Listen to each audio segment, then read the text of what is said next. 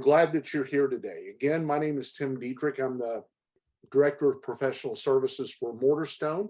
And joining me today is David Thurman, who is the CEO and co-founder of Mortarstone. David, how are you today?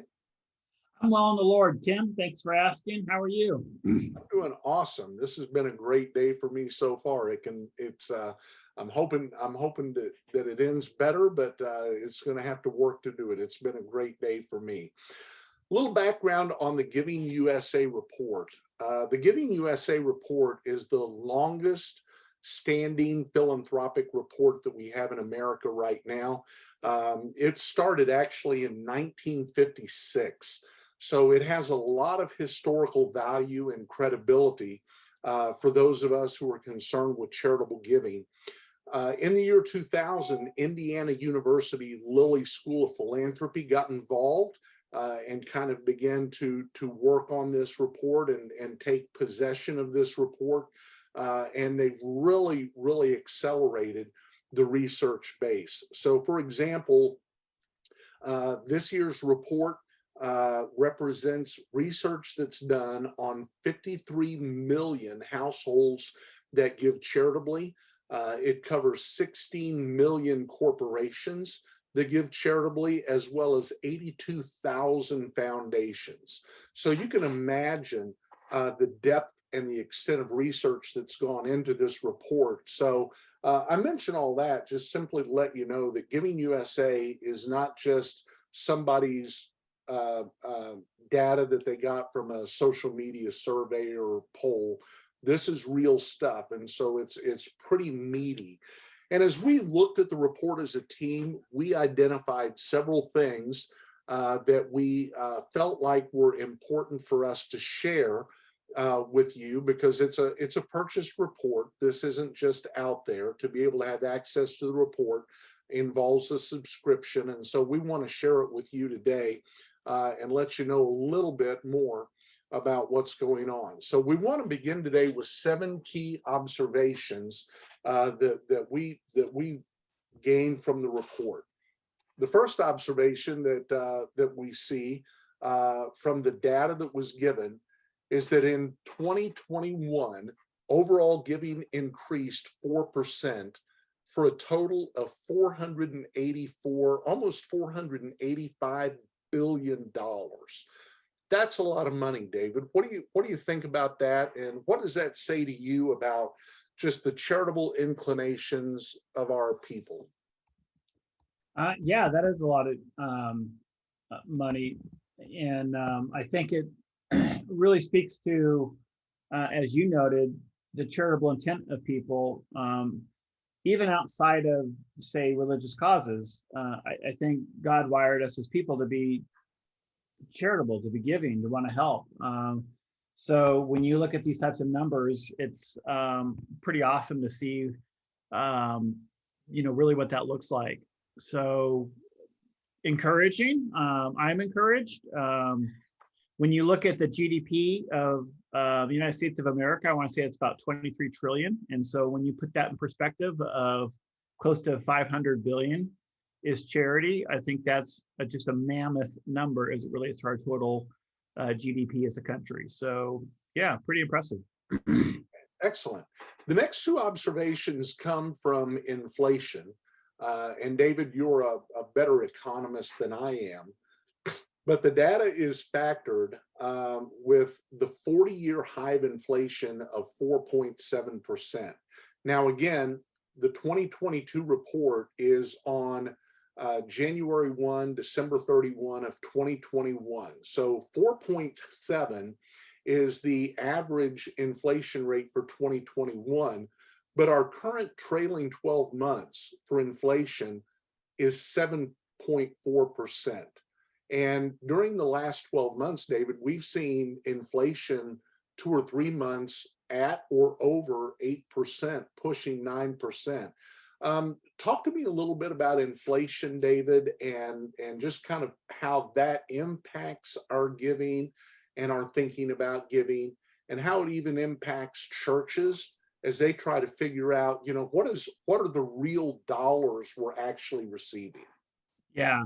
Well, you made an interesting statement when you opened, Tim, and I don't know if I probably should have paused you when you said it, but you said for those that are interested in philanthropy, this is kind of the hallmark report, right? And so I would like to think everybody that works in a church um, should be concerned about philanthropy, because philanthropy is basically what keeps the wheels going for ministry. And so when you think about overall funding in a church, I think we can get a little bit more granular.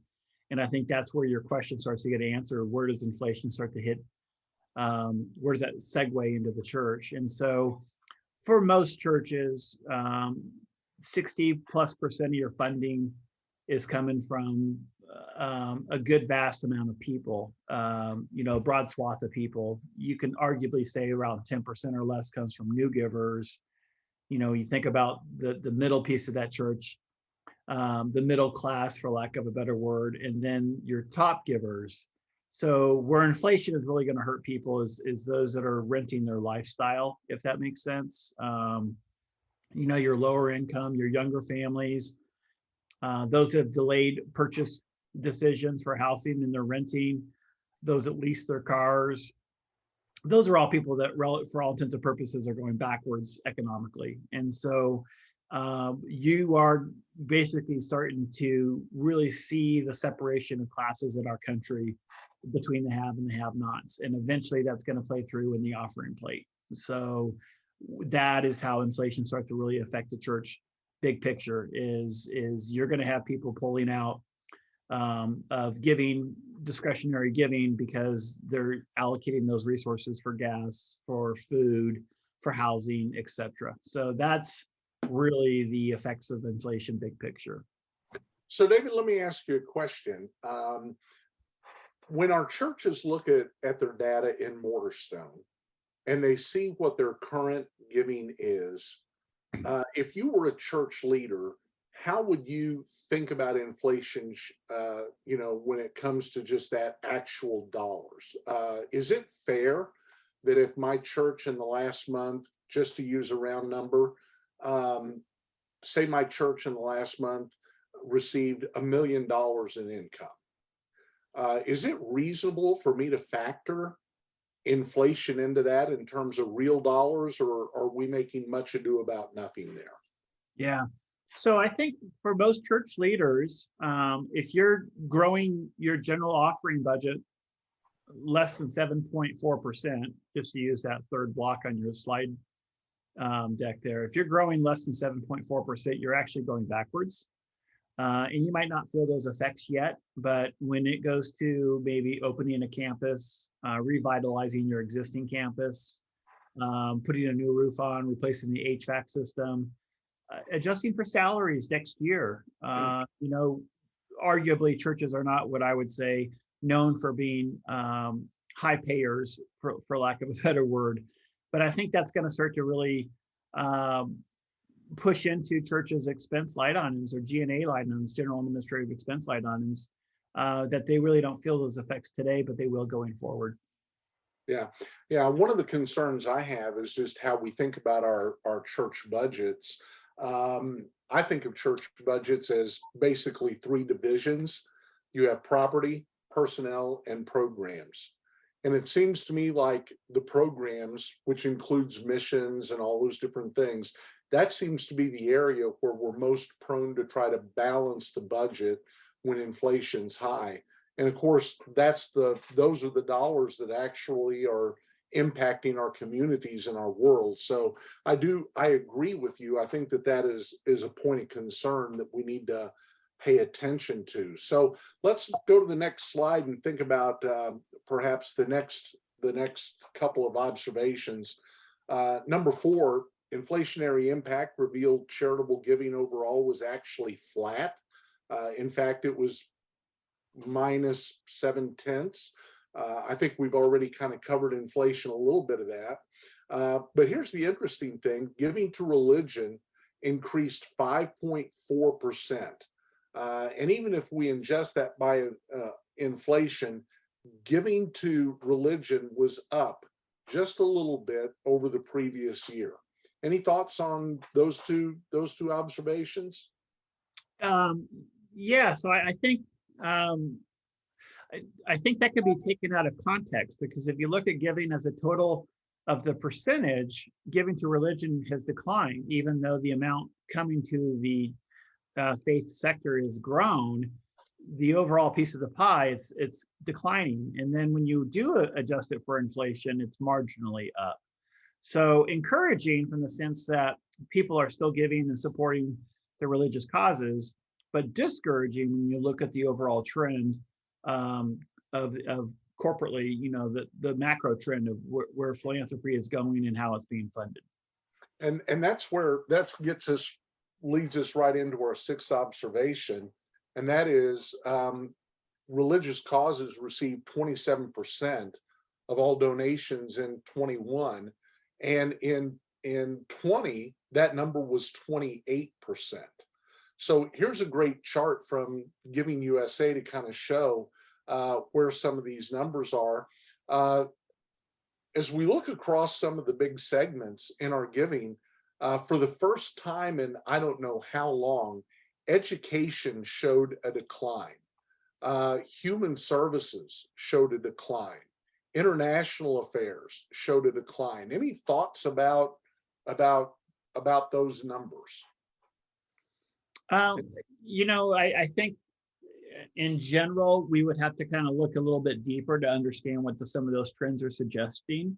I think in general, when you think about the giving as a percentage for religion, when you see that marginal increase from 19 to 20 compared to 20 to 21, again, inflation adjusted, it's flat. When you look at the other sectors, they grew exponentially compared to what religion has done in the prior years. So to see it swing back a little bit, I would have liked to have seen religions maybe swing up to 10 or 15%, but that didn't happen. And so when you look at some of those growth in those areas, example that you spotted, say higher education, that prior year they grew at 15% when the church contracted. And so the fact that they pulled back a little bit, maybe a lot of those big campaigns have settled, but look at the growth that we saw from the religion side. It was marginal at best. And so um, overall, that trend is discouraging if you're looking at the amount of money that's flowing into religious causes as a percentage of the total. Right. Couple of things that I picked up from Laura McDonald in her webinar was, this is some of this is impacted by COVID, clearly. Public society benefit, for example, people are still very concerned about that. International affairs or concerns overseas, that dropped off again because during COVID we became very, inclusive of taking care of ourselves. The other thing she pointed out, which I thought was just interesting to me, arts, culture, and humanities showed the biggest percentage of growth. And that was because museums, for example, were the first to close in COVID and the last to open. And so they made really strong appeals. And so the patrons of the arts, if you will, really stepped up and supported there. So all of that data was really interesting to me. The seventh observation is that even though disposable income increased just a little bit because of inflation, we gave 1.8% in 2021, which was just a little bit down from the previous year.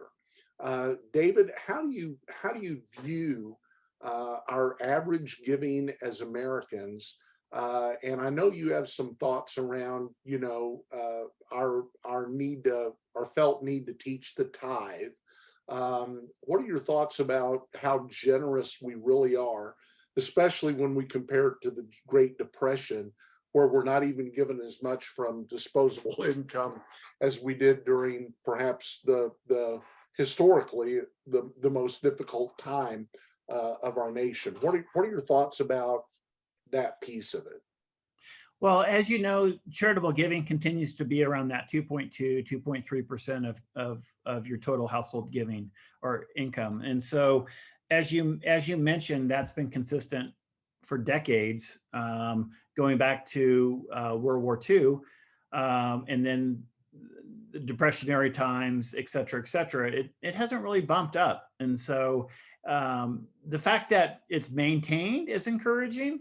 I would suggest or point out on the right side of the slide, I think it's really interesting to see the cumulative effect. So when you're looking at multiple years, the cumulative effect of giving, you're noticing that absent health and human services, which had a much larger decline, religion actually declined over that multiple period of time. So that's probably more alarming to me than maybe what households give charitably statistically, because it hasn't really moved. But the fact that this continues to decline for religion is absolutely concerning to me. And as a church leader, I think it should be concerning. As you noted, it's important to look at the overall sector, not just the microcosm or the segment that we work within as church leaders. Do you think that this is evidence of giving just kind of being viewed as transactional versus something that people are really committed to and driven by in terms of just obedience or loyalty or anything like that? It feels like this low number, 2%, feels like it's more or less transactional giving. Yeah, if you're a church leader, you think you have your church is full of tithers, my counsel to you would be think again. By far and away, the church isn't supported by tithers. It's supported by a few and then backfilled with the masses. So when you think about those numbers, by and large, people giving to religious causes is probably around that 3.5%, 4%. If you were to compare that to a tithe. Wow. Good stuff, David. So again, we want to remind you that if you have questions, go ahead and stick them in the chat. Nikki will make sure that we get to see those and talk about that a little bit and try to answer those. So David, let's get to some actionable steps from the data, from the reports, and what we can actually draw from these observations that we can do as we think going forward. So you've already highlighted this, but the current trend shows that more dollars are coming from fewer givers. That's just perhaps the big takeaway. And I was surprised to learn that 65% of the dollars that were given from individuals in 2021, the dollars gave from only 3% of the givers. David, what do we do with that piece of information? And I've got some action steps on the next slide, but I'm just kind of interested in your first take on that. Yeah, I think my first blush when I think about this, and this continues to be the overarching theme, if you've done any historical research on this topic, but I think what you're seeing is the faithful givers to churches have been the silent generation, the boomers, Gen X. Those are the three generations who give from obedience. They're also the three generations that are probably hold the most concentration of wealth in our country. And so to see that there's more dollars coming from fewer givers is almost like the classic separation of classes that you see happening in America. More and more people are starting to struggle to make ends meet. Less and less people have moved into home ownership. All those are negative trends as it relates to the longer term or bigger picture of what we're trying to get to with growing people that can be generous. Because if they don't have the resources to be generous with, then it's hard for them to be generous. And I know that's kind of a quirky statement, but by and large, the ability for younger generations to create wealth is going to become harder and harder for them as things like taxes go up, as things like basic needs like housing costs continue to skyrocket, and now more recently as interest rates go up. So that's like a double hit. So you're seeing inflation impact the cost of building a house, but then you're also starting to see for the first time really, in probably 20 plus years, have you seen interest rates start to tick up? And so that really puts the kibosh on home ownership for a ton of people, which, as you know, that's the real estate and stock market happens to be the two greatest creators of wealth. And so if you're taking a certain portion of those people out of that mix, then they're going to struggle long term, is what the data would suggest. David, as we look at mortar stone data for all of our churches across the board, the second bullet is something that we see commonly, that more and more we're seeing our churches dependent on that top 10% of their givers. And in some instances, those top 10% of the givers are given 70, 80% of all the resources that are coming into churches. That's something that we're seeing across the board. I don't know whether or not that's something we can fight or if that's something we lean into. What are your thoughts on that? Is that something that we see as a major corrective that we need to address, or do we just need to lean into it? Oh, I think the latter for sure. You're not going to fight Capitol Hill, for lack of a better word. And so that bullet point, all charitable organizations are becoming increasingly more reliant on the top 10%. That is truly the Pareto principle in play, where you have, by and large, a vast majority of funding coming from fewer and fewer people. And if you look at demographically, those people are getting older. And so, and as you noted, those people are being really being pulled in several directions for their philanthropic dollars. And so those organizations that are making a strong case for support of why they need their funding, and then doing so in a way that enables those dollars to go further, what we call tax smart living in so many words, that really becomes a focal point for many givers and how they're allocating that pot of money for charity, if you will. Yeah. So let's look at some actionable steps, and I'll read these, and then David, I want you to speak into the ones that you feel are most compelling or most helpful. So understanding that more and more dollars are coming from fewer and fewer givers. Number one, we need to make sure that we have relationships with our top givers. Number two, we need to invite our top givers to become more deeply involved within the church, apart from just their financial contributions.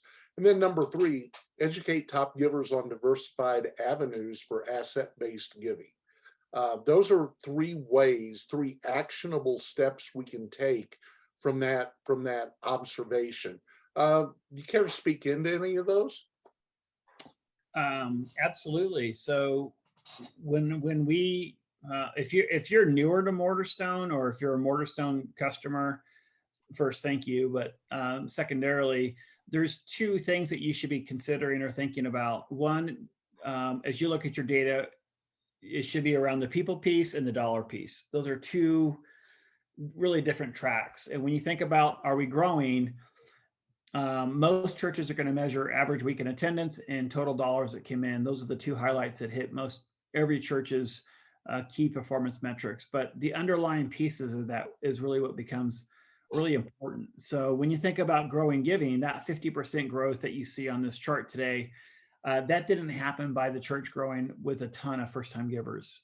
That really happened with top givers really digging deeper and giving more from their resources, deploying what God's given them to steward and to manage, but then deploying it for the benefit of the kingdom today. That's really why that church has such massive growth right there. And so when you think about forming relationships with your top givers, that really just means, do you know them and are you discipling them in an area that will help them live out what God's entrusted to them? And then that second one, invite your top givers to be involved with the church. That's best done with being able to say, hey, if a church has a vision, the top givers are going to set the pace to accomplish it. That's merely what we're stating. And so when you think about what your vision is, what you want to accomplish, the challenges in your community, the challenges that you support locally and globally, that's all got to be conveyed in a concise document. And we say that's a case for support. why should people give their money through your church to solve X problem, if that makes sense. And so you definitely want to create a partnership with those top givers to be involved in every aspect of that. And then that third one is perhaps the biggest piece of that. Most people's wealth is not held in their checking account. It's held in their balance sheet, or what we call non-cash assets. And so how do you help those people to give, not only why, which is the discipleship component, but then how and what, which is really the education piece that is lacking in most churches, whereas higher education, health and human services, those guys have that nailed to a T, if you will. And so that's something that church leaders really need to be cognizant of and be able to articulate how that can be implemented in their own church. Excellent. Let's move to the second one then. Competition is increasing due to an overcrowded not-for-profit landscape. Mm-hmm. So in 2021, the IRS reported about 1.4 million not-for-profits. And it's my understanding that the Giving USA report would estimate that about 1.1 million of those, plus or minus, would have been not-for-profit service type organizations, and about 300,000 conservatively would be churches. Okay, so that's kind of the division there. But a recent report showed that 50% of all evangelicals support charities other than their church. We've already pointed out that older givers continue to give based on loyalty or on tenure, while younger givers want to give toward causes, not necessarily with respect to their annual budget needs, quote unquote, overhead. David, what do you think about this, and how should we view this as church leaders? Well, definitely, if you want to understand trends in giving, all you have to do is look across the pond over to Europe, and that gives you kind of that post-Christian societal trend, if you will, and you can kind of see what's happening over in Europe, and then kind of transcend that into our own space. Is this a blip on the radar, or is it an overarching trend? And I think arguably it's going to be an overarching trend, and that we need to really be aware of. Excellent. So let's talk about some of the possible action steps. Number one, be transparent with your giving. Where does your giving go, and what does it support? Number two, develop your church's case for support, the causes and ministries that you fund, and the impacts of that support. And then number three, consider including overhead costs in the cause-based giving lanes of your case for support. David, talk to us a little bit about case for support and why that is so critical for churches to have clarity around, not only today, but going forward into the future. Yeah, I think most churches have a great vision and a mission, if you will. Their mission: create disciples for Christ, right? That's arguably every church's mission. Their vision of how they're going to do that is really where it starts to fall apart. And so there's two para-ministries that I like to point to, because I think they do a fantastic job of explaining why you should give, moreover, why you should give a major planned gift to their causes. Both those would be Habitat for Humanity, which if you're not familiar with it, well, I don't know why I would say that, because just about everyone is, but they want to address the homeless issue, and they do a fantastic job of explaining that on their website.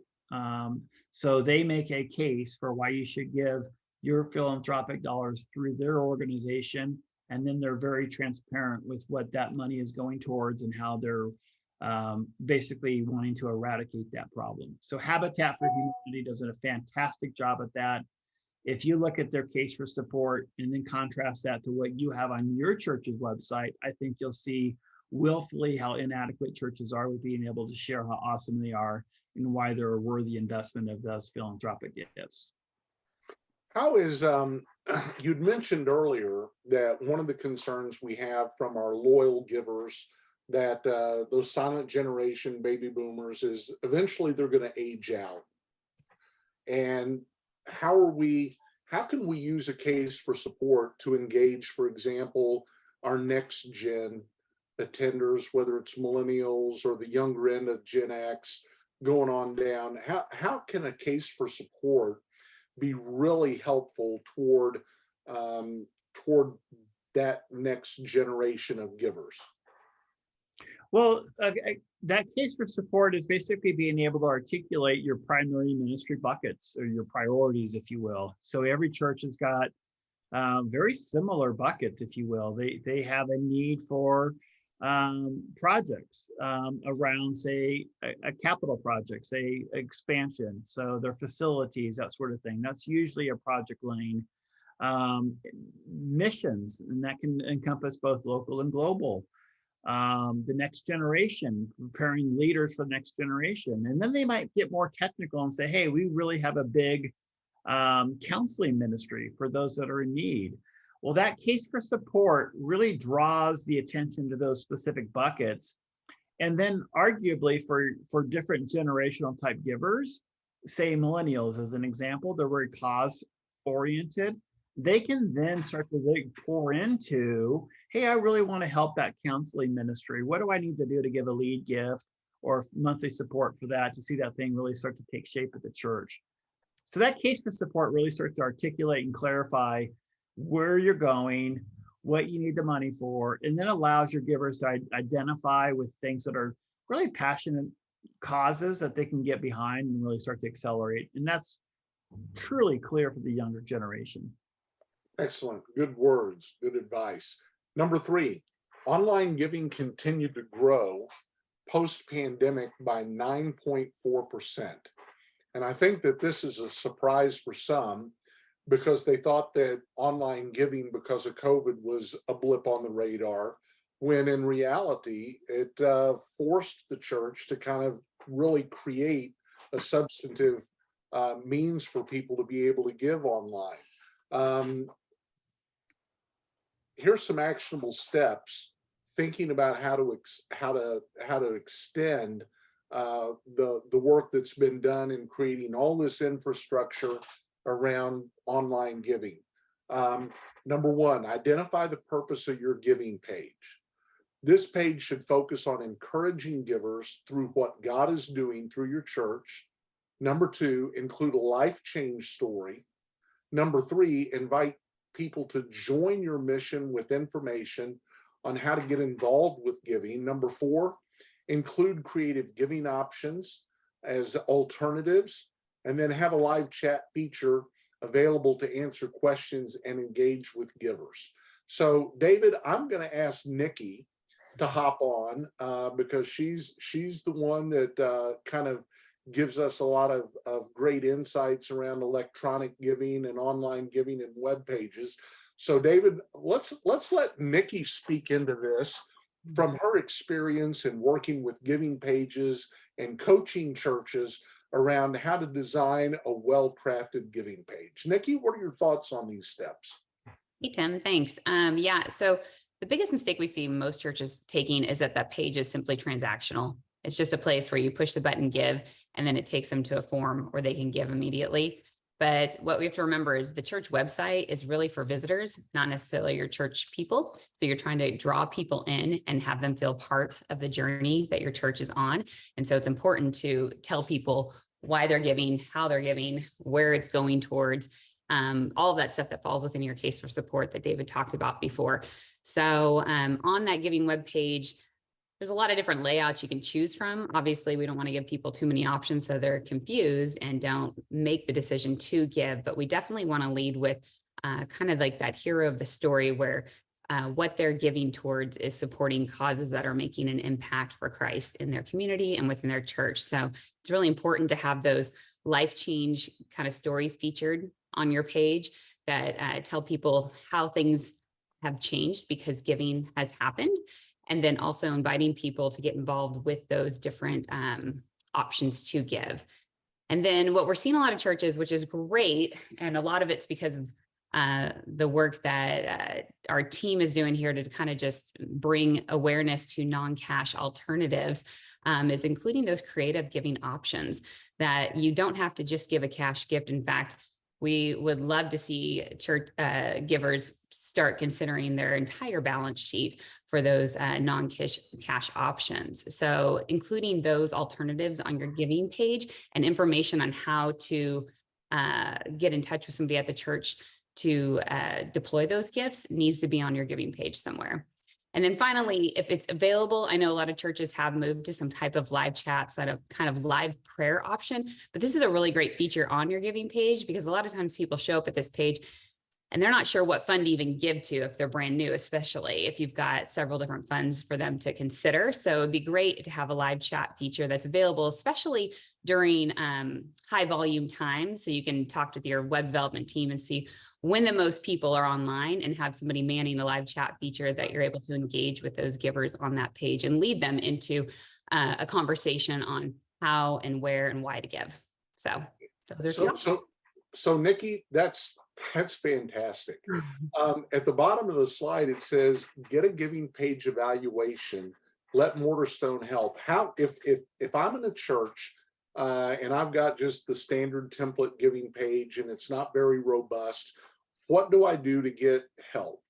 Yeah, so you can email me and I'll give this information out in the email after this webinar has been processed, but you can email me directly and I'll take a look at your webpage and just give you some examples and pointers on how you can really easily turn it into just a more engaging page for your givers. So that's how we help with that. Okay, good. And what would that cost me if I wanted to do that? Yeah, so that's free of charge. So Wow. most of what we do at Mortarstone is free. So yeah, that information Right. included in the follow-up email that's been sent out. That's So. great. That's great. David, do you have anything that you want to add about the online giving? Yeah, and I'm probably not gonna make any friends with this statement, but I'm just gonna say it anyway. I went to the vet yesterday. I have a yellow lab. Those of you who know me, I love my dog probably more than most people. But I took my dog to the vet yesterday, and as I was checking out, I took my credit card out to pay for it, and they're like, "Oh, we have a 3% fee for credit card transactions now." And I thought to myself, okay. And so they didn't decrease their service cost to me. Rather, they just passed a $4.50 fee on for me to pay independently of my bill. And I know that's commonly done in church circles. And it gripes me because it's like, that's the cost of doing business, but yet you want to pass that on to your donors. And I think where I would kind of push back and I would say, hey, let's start educating our givers to make giving not just about the transaction, but let's pull back in that reverence part of why we give, kind of pull it back into making it more of an act of worship, like giving has always been historically, versus just making it transactional. And I think that's where we are doing our givers a misservice by really not making that more of an intentional part of our service, where we can kind of really kind of reflect on why we're giving versus just making it a transaction. And more importantly, why are we making this a recurring transaction? Shame on us as church leaders to just turn our supporters, our constituents, into human ATM machines. We should be making this ever about an act of worship versus just a transaction. That's great that you bring that up, David. Real quick, Tim, I was just going to say that a great way to talk about this without seeming like you're asking for more money or it being really aggressive ask is to have those types of life change stories and really talk about that from the pulpit, saying, hey, we want to share with you what your giving is going towards. Visit our give page and check out what's going on, right? So you're including them in that, and then you're also promoting the different stories that you need to get out there. So again, it's about communicating correctly and often to your congregation about the transparency your church has with giving. Okay, that creates another question for me to ask you guys. During COVID, we saw a real uptick in recurring giving. You know, you go to the website, you sign up, you commit to a dollar amount, and then it just automatically, you know, leaves my account, goes to the church, kind of set it and forget it, kind of like a Spotify subscription or my subscription to Netflix. Should churches consider creating a strategy to get people to increase their monthly recurring gifts, or is that something that we don't want to tinker with? I know that if Netflix wants more money from me, you know what they do? They just take it, right? If Spotify wants more money from me, they just take it. But we as churches can't do that. So what are some ideas or ways that we can think about challenging our people who maybe set up a recurring gift 2 years ago at a certain dollar amount? They don't ever consider it. It just goes out of their account. What can we do about that? That's because it's no longer an act of worship. It's just a transaction at that point. It's just like another bill. And so I think with the church, specifically, my personal opinion on this is the church needs to make it more about why this is discipleship and why this is really part of a discipleship formation versus just a transaction. And then when you do that, you know, you move away from just treating the church as part of your bill, your monthly bills, for lack of a better word, and you think a bit about it more cognitively as it relates to, you know, what can we as disciples do with what God's entrusted to us. Excellent. Let's move on to the next one. We've got a few minutes left, and we want to make sure that we leave enough time to do the Q&A. Number 4, David, asset-based giving will continue to increase. It was interesting to me that in 2021, donor-advised funds accounted for 6% of all charitable giving. And because of that, for the first time, the full report from Giving USA dedicated an entire chapter to donor-advised funds. They'd never done that before. So David, talk to us a little bit about how asset-based giving, such as donor-advised funds, work, and what we can do about helping to flesh out asset-based giving in our church. So a DAF, a donor advised fund, and then the other one is a foundation. I want to say foundations had year-over-year growth. Is that a fair statement?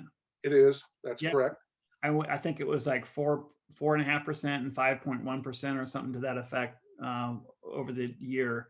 And I point that out because both foundations and DAFs are funded with non-cash gifts. What does that mean? Very rarely will you take cash and throw it into a donor advised fund. You take appreciated assets, and those are mostly funded through appreciated publicly traded stock. But you can fund a donor advised fund with a ton of different asset vehicles. You could do it with a real estate transaction. You could do it through a 1031 exchange. You could do it through a number of different things that most people won't think of. Business interest. If you have closely held stock in a business in a privately held company, you could value the company and give the stock and get a charitable deduction. So many things you can do with that, but that requires education. And so the first step is you have to disciple your people over the two biggest obstacles, which are, I would give for my balance sheet, but there's that security issue and contentment issue. I want to build a bigger house. I really want that new convertible. I really want that new boat. really want fill in the blank, right? That's a contentment issue. The other piece of that is security. I would give this asset, but I might need it at some point in the future. So as a result, people do not have that hard finish line to say, I need X number of dollars, everything above that I can start to give away today. And that's where we have to disciple and teach our people to kind of think through. And that line's different for everybody, right? But that's really something that's a missed opportunity in our churches if we're not really teaching our people actively how to give from where their wealth is held, which is usually those non-cash assets. Okay, so here's some actionable steps. some of this feels like a no-brainer. Offer opportunities for givers to make outright gifts of assets, life income gifts, and testamentary gifts. Number two, educate givers through in-person classes about opportunities to give creatively through assets. And number three, communicate opportunities for alternative gifts in your case for support. David, you want to speak into any of these particulars here that we have in terms of the process of how we can disciple our givers to make that transition from income statement to balance sheet? I think the first one is every church leader needs to look at those larger gifts that come into their contributions that come in. Anything say above $5,000 or $10,000 should be flagged, and there should be an education piece that goes out to say, hey, have you considered giving fill in the blank from this strategy? And so you can start to kind of target market or segment the people that probably would want to have that information based on their current giving patterns. And there's a classic statement in a kind of a thought leader in our space, a guy named Dr. Russell James, basically said, $100,000 gift to a charity of cash is the same as $100,000 gift of stock to the charity. And for the incompetent fundraiser, so I pull this out of the church context, for the incompetent fundraiser who says, I don't care if I get $100,000 of cash or $100,000 of stock, that intentional incompetency is hurting your givers, your donors. And so when you start to think through the why behind that, there's so many reasons why you would say, hey, keep your cash, give your stock, give your appreciated stock, go rebuy your stock and reset your cost basis, or any number of things. But when you see large cash gifts come in, that's a prime opportunity to talk to people about how they can start to give from their asset base. And when you do that with them, you're showing them how they then can give their tax dollars to the cause of Christ, which is really stewardship 101. So the education process starts through looking at how those gifts are flowing into the organization, into your church, start to segment that communication where it's relevant, and then start to have teaching opportunities for the masses. Excellent. And obviously, David, we can help with that at Mortarstone, can't we? Mm-hmm. All right. Final one. Giving priorities are shifting back to pre-pandemic priorities as people return to in-person services. We're starting to see churches kind of get back to business as usual. Here's some takeaways as people start to return more and more. We want to make sure that we're thanking our givers, all of our givers. We want to make sure that we're leading with stories of life change in your church. And that can again be done not just from the platform, but through email with your church app, social media, your website. And then remember always to communicate. Give people the opportunity to participate in giving and be transparent about ministry funding. David, what are some good tips that we can implement as people who have maybe been out of church for a while are now starting to kind of get back into the routine of attending churches regularly? What can we do to help those givers? Well, we got to tell our story for sure.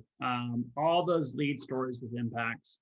You got to think most people attend church 1.3 times a month. That's the statistics. There's going to be probably a little bit uptick with people watching online, but by and large, when you think you're beating something to death from the pulpit, from the weekend services, keep in mind those people are probably hearing only a fraction of that based on church attendance standards. So you got to drive that communication out to your people and do it more effectively. You got to get it to them in the form of dedicated email communication, text, phone calls, sharing stories, getting links into their hands, et cetera, et cetera. That's all really mission critical to being able to tell your story effectively so that people can understand it. Okay, excellent. I said finally, but this is actually finally. The Tax Act of 2018 created a standard deduction of $12,400 for individuals, double that for couples.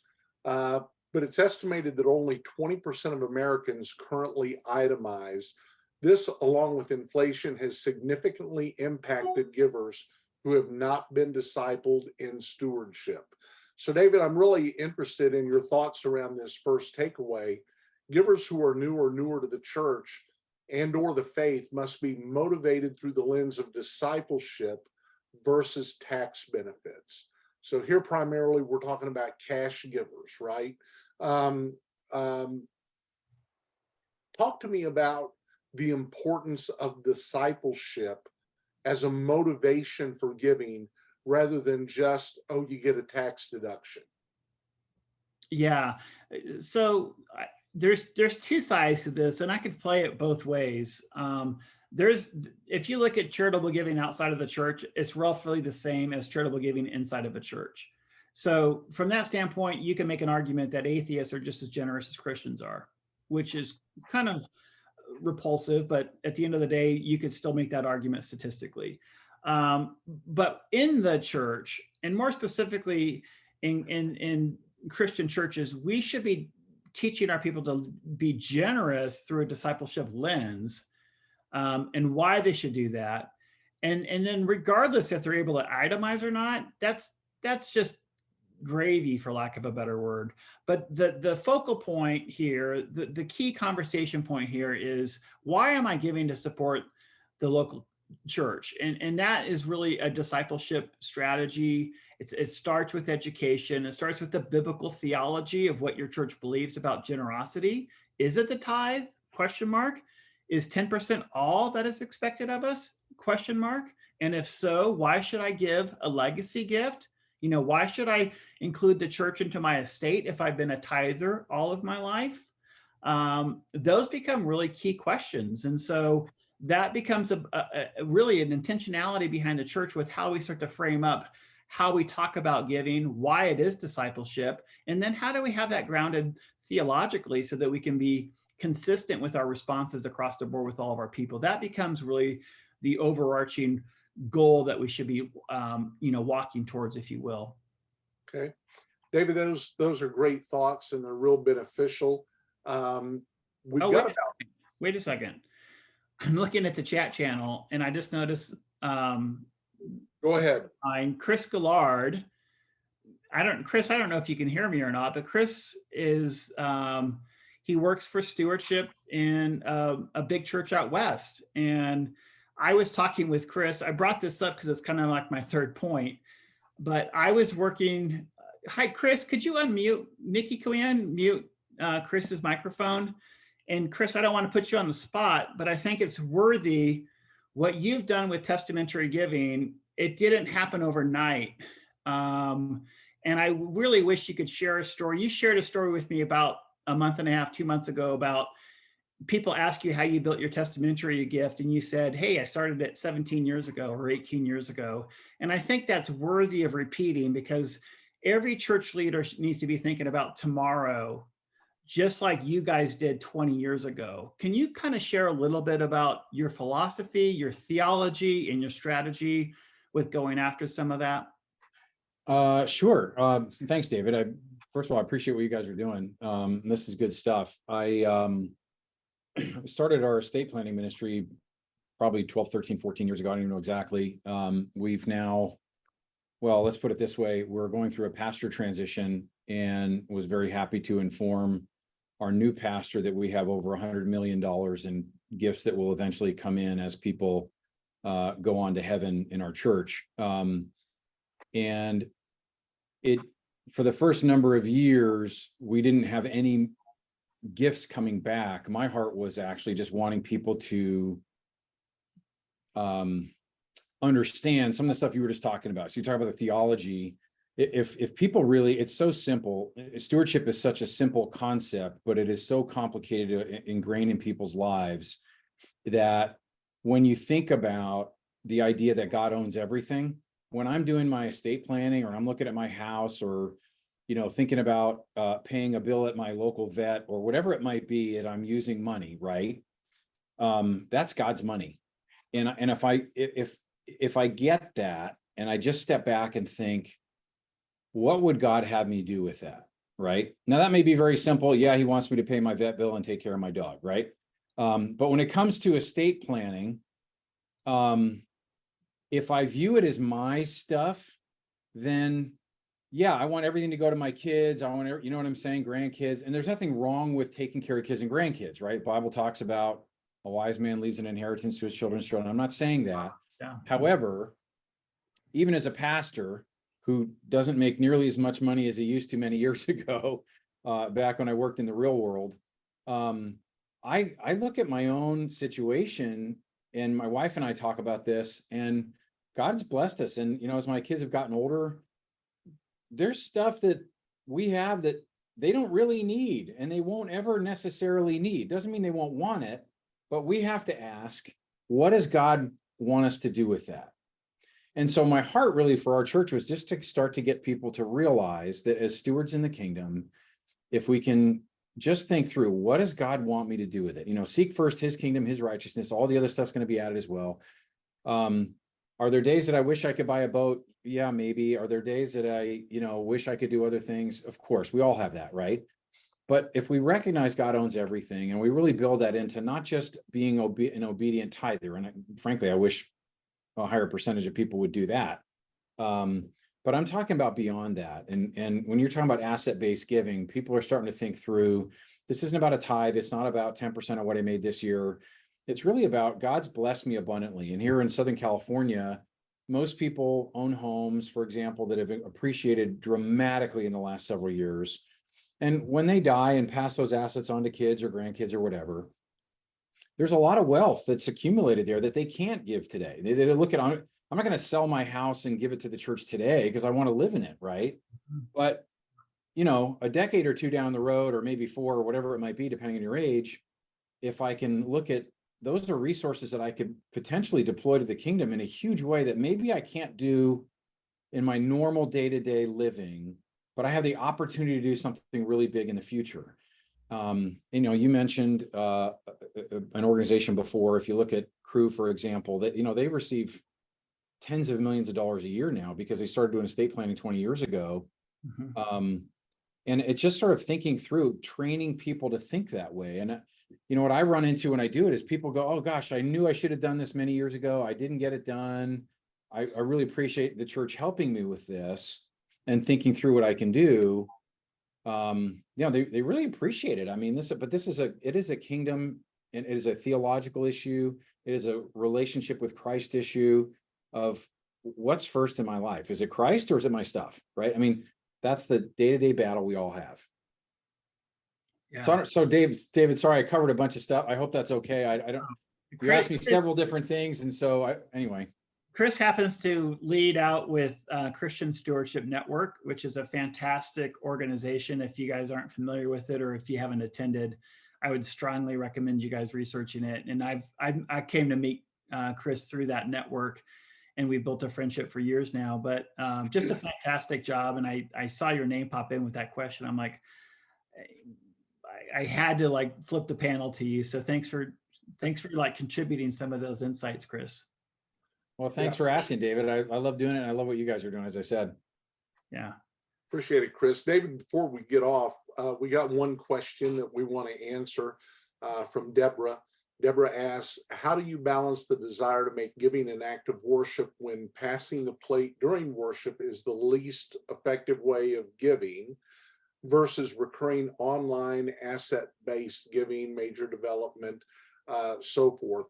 I'm going to go ahead and answer, and you can certainly add some color to this. I'd love to have Chris weigh in on that too, because I think they have a vibrant,